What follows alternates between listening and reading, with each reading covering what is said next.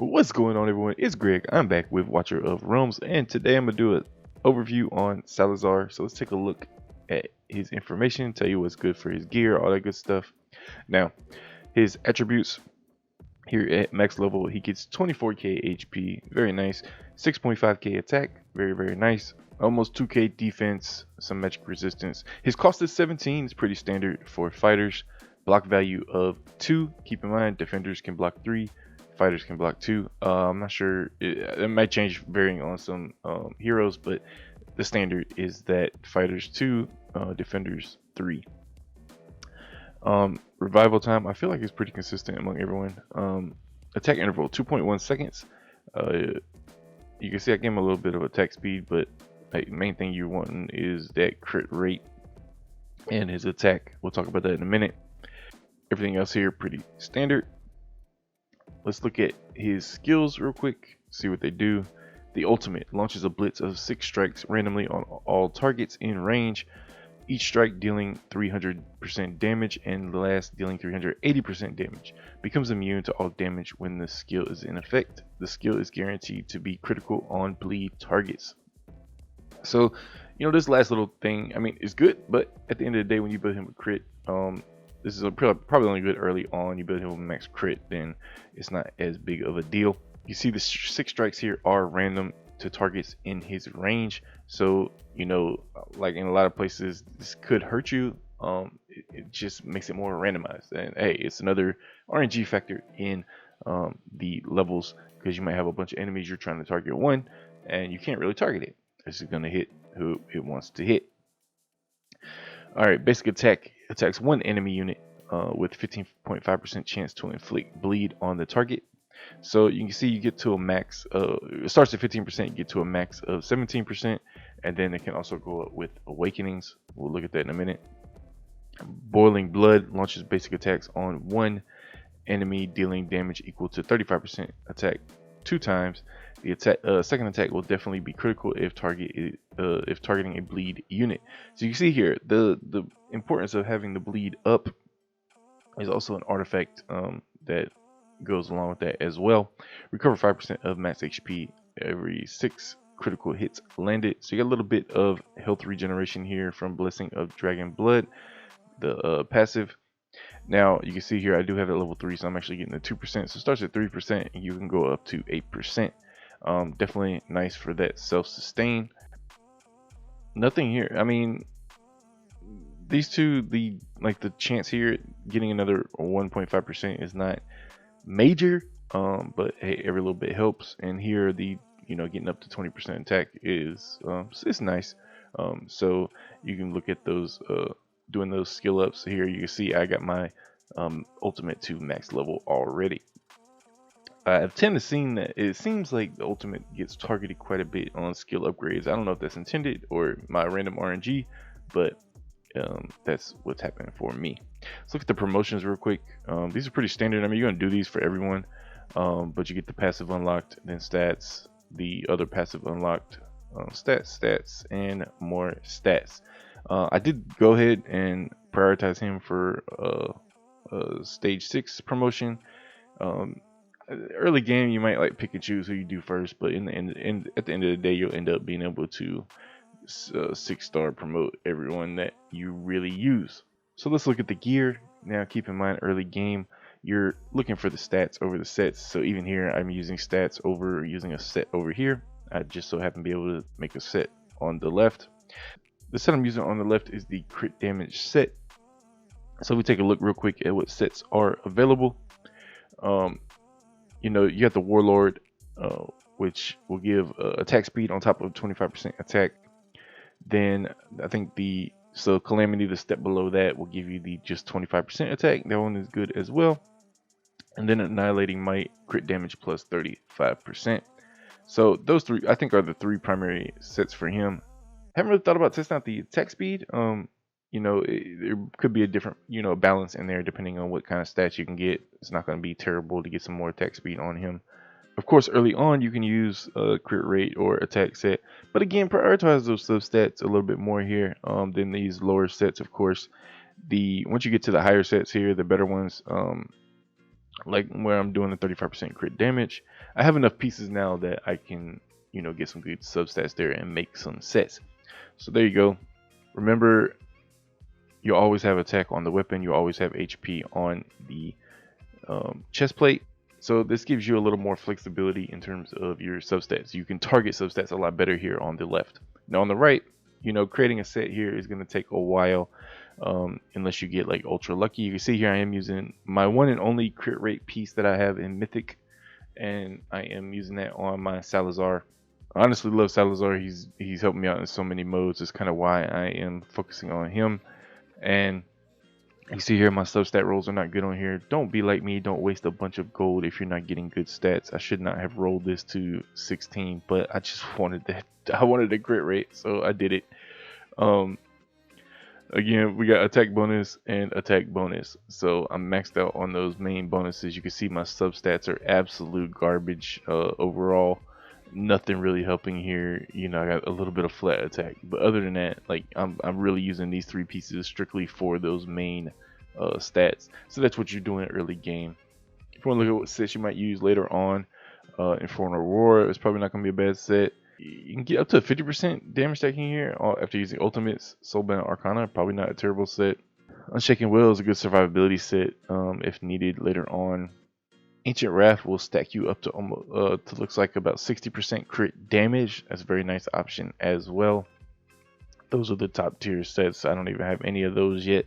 When it comes to what I might be using more mid game, if I can pick up, looks like I got some pieces of Insight. Insight is a decent one because we are single target here, and so we're going to deal true damage as well as get an extra 15% crit rate.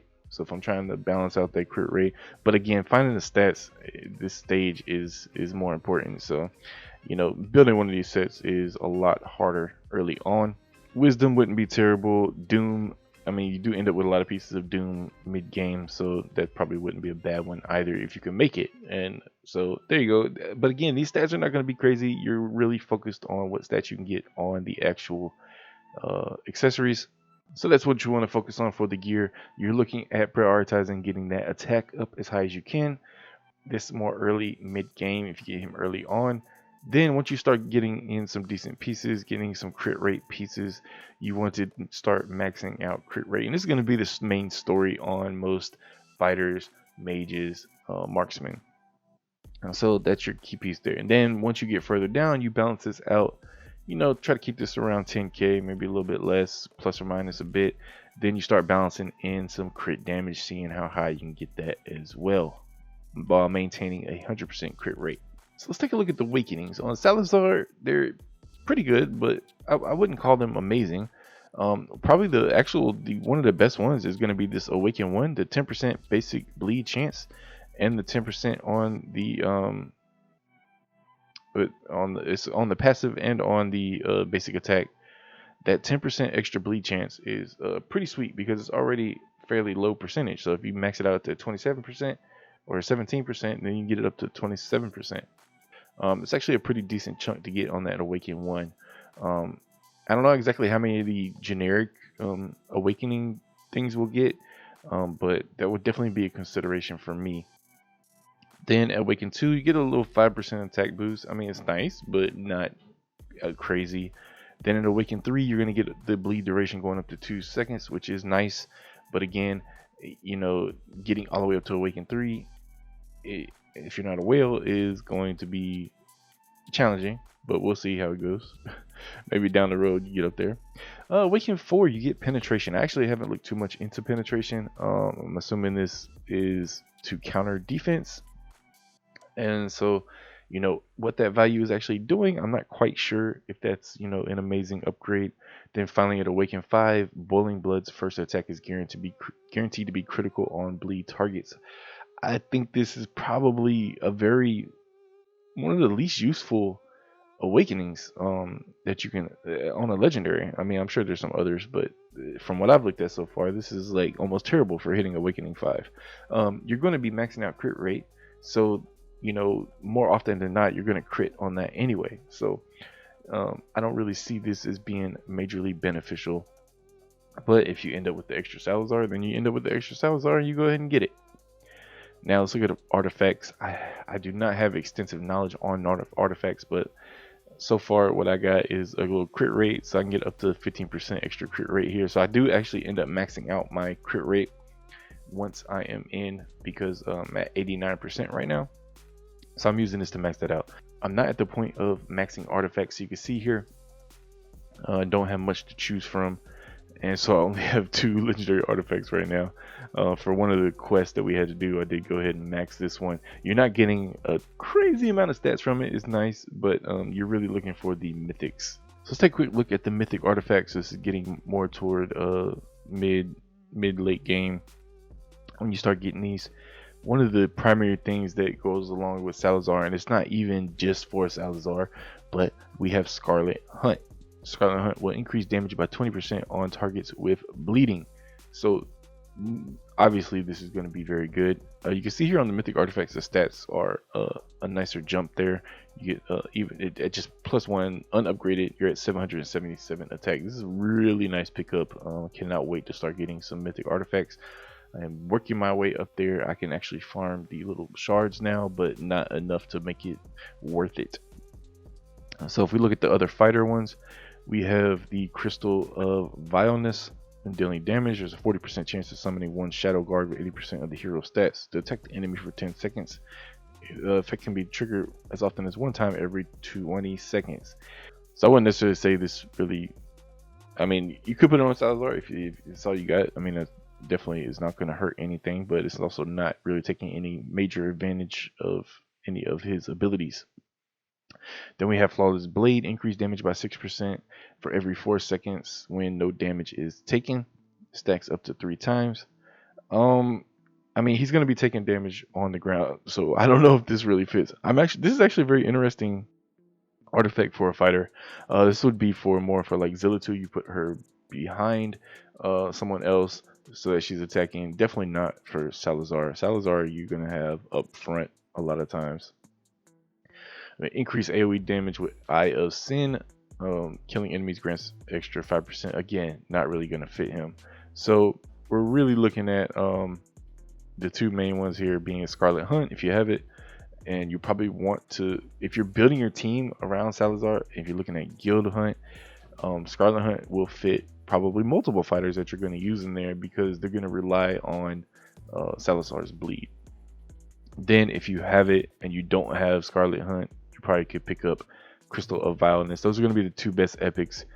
I'm not going to go through all the legendaries. If you know, it's really kind of what you have early game.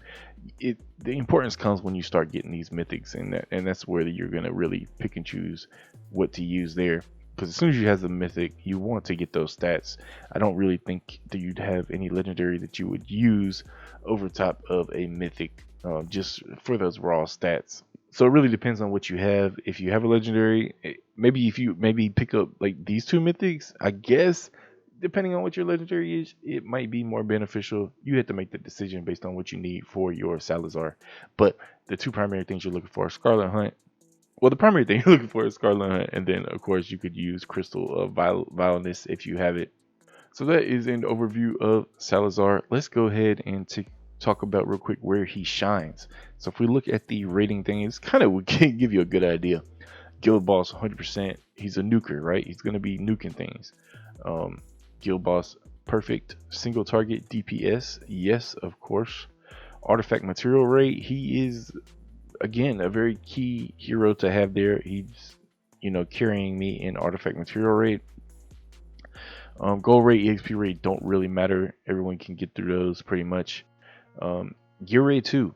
Gear rate 2 is you want to put him down basically toward the end when the boss comes out. Gear rate 2 is one of the more interesting modes in this game, because it really you can get further with some really tricky stuff, like in terms of like placing, removing units, depending on who you have. You know, can they survive a hit from like the little rolling things? You know, there's a lot you can do in there that it's not dependent on just placing your units and playing it through. To me, Gear Rate 2, I just love it. It's one of those fun strategy ones where I can retry it over and over again and get a little bit further just by tweaking little things here and there. But Gear Rate 2, he's excellent for DPS in the boss when it comes down. Faction Trial, I mean, honestly, any legendary heroes you have, epic heroes you have, are going to be good in faction trial, because it's when you get to those individual factions, you're usually trying to make up the units, period. That being said, in the main overall faction trial, he is pretty good for the ground units. I've started to need more tanks, but once I get a little bit further along in the match, I do put him down for some good DPS, especially when that boss makes it to the end. He's very good for, even if he's not good at surviving certain things, he could be good for just DPSing a boss. So keep that in mind. You might want to just hold him, place him later on when the boss is close enough, and boom, you got some instant DPS. Arena sustained DPS, again, he's good. He's dishing out DPS, especially with that ultimate. Gear Ray 1, I've used him a lot in Gear Ray 1, but he's actually not that good in Gear Ray 1. The issue is, again, that ultimate, you can't target anything. So you would want it to hit the boss, but it doesn't really do that unless there's only the boss and a few enemies left, and that's usually not the case. So I'm really getting to the point where I'm more focused on the DPS I put on the upper levels, and building some DPS to be able to do that, and just utilizing the walls, because even though they do a lot of damage because they are still targeting specific enemies. And I'm speaking on Salazar and Zillitu because I've pulled them in before. But at the end of the day, the mages are doing the most. So that he's not, as you can see, not too great there. Tide, we don't want to talk about Tide. Then of course he's not going to be good on any air-based levels or the AoE DPS on Arena. So that really kind of gives you an idea of where to use him. Just to show you kind of how he shines, I'll go into the arena here. Now my placement is not great, so I'm probably gonna have to tweak this a little bit. I'm gonna try this one again. We'll do auto fight. I had a very bad placement toward the end here. You got to tweak your arena placements to really get what you're looking for. So you can see here, I placed my Salazar right here. And here's the main thing you're looking at. Like, you see there's Zillitu is pounding away, but boom, you hit that Salazar ultimate, melting the units, man, melting them. So I could have used another ultimate to finish this off, but since I knew they weren't gonna get their ult in time, I let it. Oh no, actually, shoot, he had that DPS.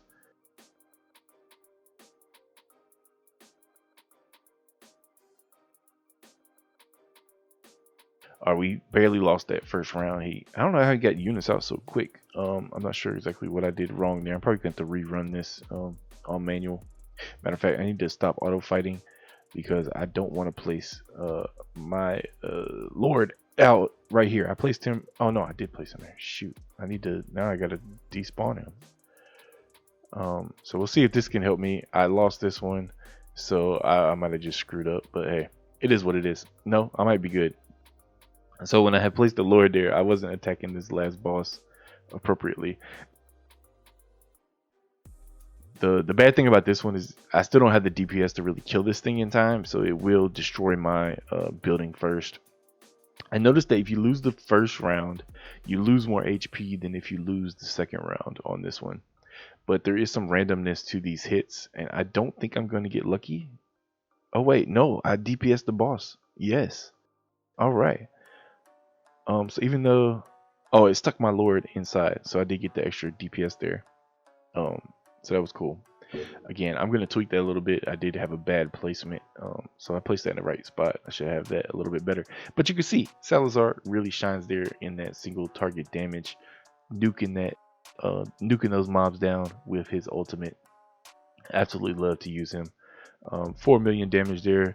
Zillitu could have been higher if she got out sooner.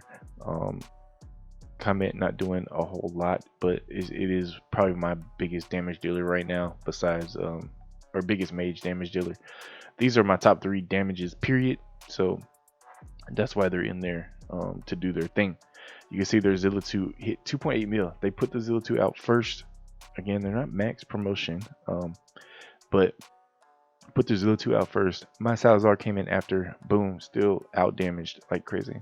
So man, that's why I love him. If you have any questions, let me know down in the comments. I have no problems answering, helping you sort through some things. If you're enjoying the videos, make sure you hit that like button. If you're not subscribed yet, hit that subscribe button, turn those notifications on. I'll catch you in the next video.